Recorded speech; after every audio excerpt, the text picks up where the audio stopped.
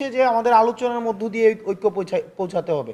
এটা ঐক্য তো হচ্ছে এটা দলীয় স্বার্থে না, এটা জাতীয় স্বার্থে।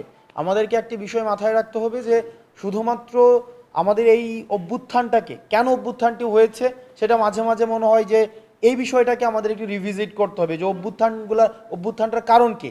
কারণ একচ্ছত্র ক্ষমতার ভারসাম্য না থাকা, এবং আমরা যদি একই ফ্রেমওয়ার্কে আবার আমরা একটা ডেমোক্রেটিক ট্রানজিশনের দিকে যাই, সেটি কিন্তু কতটা সাস্টেনেবল হবে এটি কিন্তু প্রশ্নবিদ্ধ।